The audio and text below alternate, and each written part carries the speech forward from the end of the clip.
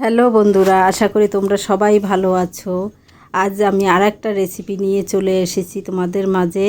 আজকে ভেটকি মাছের পাতুরি। আমি সর্ষে, পোস্ত আর কাজু বাদাম নিয়ে শুকনো পেস্ট করে নিয়েছি। এখন কাঁচা লঙ্কা দিয়ে আর একটু জল দিয়ে আর একটু লবণ দিয়ে আমি এটাকে এবার তরল পেস্ট করে নেব।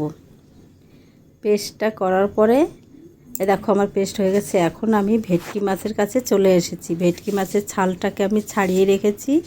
ছাড়িয়ে রেখে নুন, হলুদ, লেবু দিয়ে মাখিয়ে রেখেছিলাম 1 ঘন্টা আগে। এখন কালো জিরে দিয়ে সর্ষের তেল দিয়ে আর মশলাটা দিয়ে আমি মাছটাকে ভালো করে মাখিয়ে নিলাম।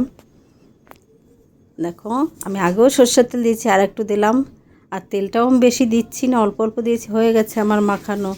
এখন আমি এটাকে ঢেকে রেখে দেবো। আবার এখন কলা পাতাগুলো কেটে আমি গরম জলে একটু সিদ্ধ করে নিচ্ছি। ফুটানো গরম জলে কলা পাতা দিলে কলার পাতাটা নরম হয়ে যায়, আর এমনি কলা পাতা দিলে কলা পাতাটা ভেঙে যায়। সেই জন্য আমি কলা পাতাটা দিলাম সিদ্ধ করে। দেখো এখন আমি মুড়ে দিচ্ছি। যেহেতু আমার পাতাগুলো ছোট, আমাদের এখানে কলা পাতা পাওয়া যায় না, অনেক কষ্টে এটা জোগাড় করেছি। এখন দেখো আমি সব সাজিয়ে নিচ্ছি এক এক করে। এখন আমি চলে এসেছি রান্নাঘরে। তাওয়াটা আমার গরম হয়ে গেছে।